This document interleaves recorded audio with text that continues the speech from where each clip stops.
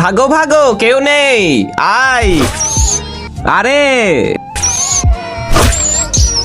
আরে এরা ভয়ঙ্কর না, থেমে যা, শান্ত হয়ে যা।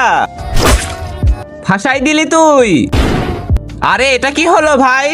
বলেছিলাম তো এদের মারিস না। ডাগ্গা বলেছিল যদি এদের কিছু হয় তাহলে আমাকে সবসময়ের জন্য বন্দি করে দিবে।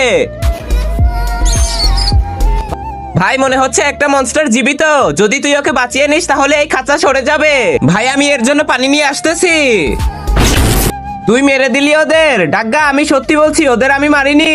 যদি তুই ওদের বাঁচাতেই পারবি না তাহলে তুই ওদের কেন ধরেছিলি? ডাগ্গা মাফ করে দাও প্লিজ। আরে তুই তো ডাগ্গাকেই মেরে দিলি, এখন অনেক খারাপ হবে।